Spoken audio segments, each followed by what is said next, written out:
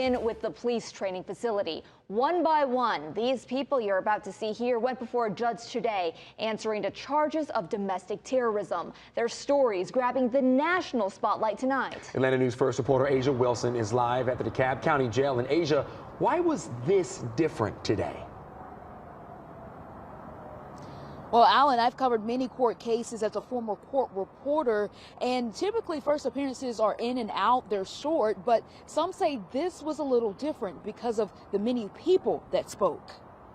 Because I know it's crowded in there for y'all. In the crowd, there were 23 people linked to the violence that erupted Sunday night on the grounds of the future Atlanta Public Safety Training Facility site. Homemade shields.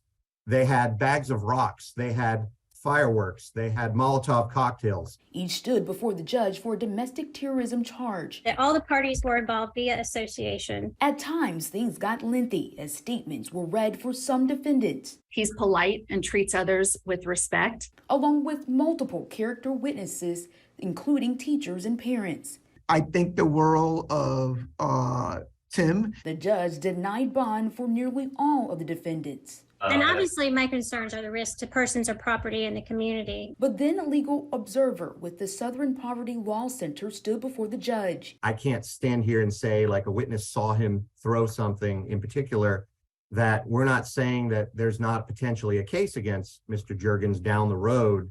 But at this stage, based on all of those things, we would consent to a bond. He was given a $5,000 bond. We asked Attorney General Carr whether he will drop the charge. Carr said this: everybody will have their day in court. As some would argue, this type of proceeding is rare for a first appearance hearing in the state. There are some judges in some courtrooms where this would have been absolutely nothing of the sort. It would have been perfunctory at best, and it would have simply been at no bond, no bond, no bond. Legal expert Josh Schiffer said what was seen in the courtroom in this case on Tuesday was normal. And it's common, especially in something that's got so much scrutiny on it.